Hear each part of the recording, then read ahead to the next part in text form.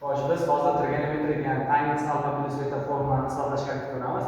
Tangens alfa plus beta formulasi quyidagicha ko'rinishda. Biz buni isbotlaymiz. Isbotni quyidagicha yozamiz. Ya'ni tangens alfa plus beta.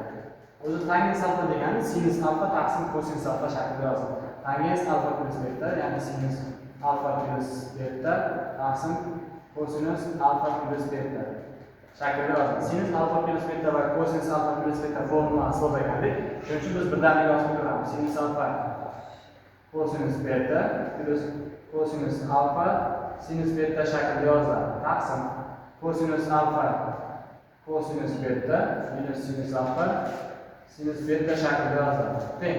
Endi surat va maqtajni ham kosinus alfa ko'paygan kosinus betaga bo'lib bo'ladi. Kosinus alfa ko'paygan kosinus betaga xatma-xat bo'lib beramiz. Xatma-xat bo'lganimizda nima hosil bo'ladi?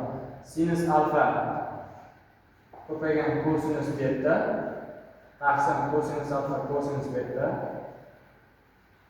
plus kosinus alfa sinus beta taqsim kosinus alfa kosinus beta taqsim kosinus alfa kosinus beta taqsim kosinus alfa kosinus beta minus sinus alfa kosinus beta taqsim kosinus alfa kosinus beta teng. Bu yerda qisqaradigan xatlar qisqartiramiz. Kosinus betalar qisqarib ketadi, kosinus alfalar to'liq qisqaradi. Bu yerda esa kosinus betalar qisqaradi. Sinus alfa kosinus beta. Xo'sh, qarab ko'ramiz. Ya o'zimiz mana bu sinus beta bor ekan. Sinus alfa sinus beta. Mana bu ifoda sinus beta joyida. Biz qarashni qo'ydik. Kosinus alfa kosinus beta. Teng. Qisqaradigan qisqarib ketgan, qolgan sinus alfa taqsim kosinus alfa. Bu tangens alfaga teng minus plus. Hop. Bu tangens beta teng. Taqsim to'liq qisqarib ketdi, joyida bir qoladi. 1 minus tangens alfa ko'paygan tangens beta ko'rinishida yoziladi. Xo'sh. Hozir bitta narsamizni ko'rib o'tdik. Shundan formula isbotlanadi. Hozir yana bir narsani ko'rib o'tamiz. Tangens alfa degani sinus alfa taqsim kosinus alfa deb ketdik. Nima uchun? O'shaning birdaniga isbotini ko'rib o'tamiz.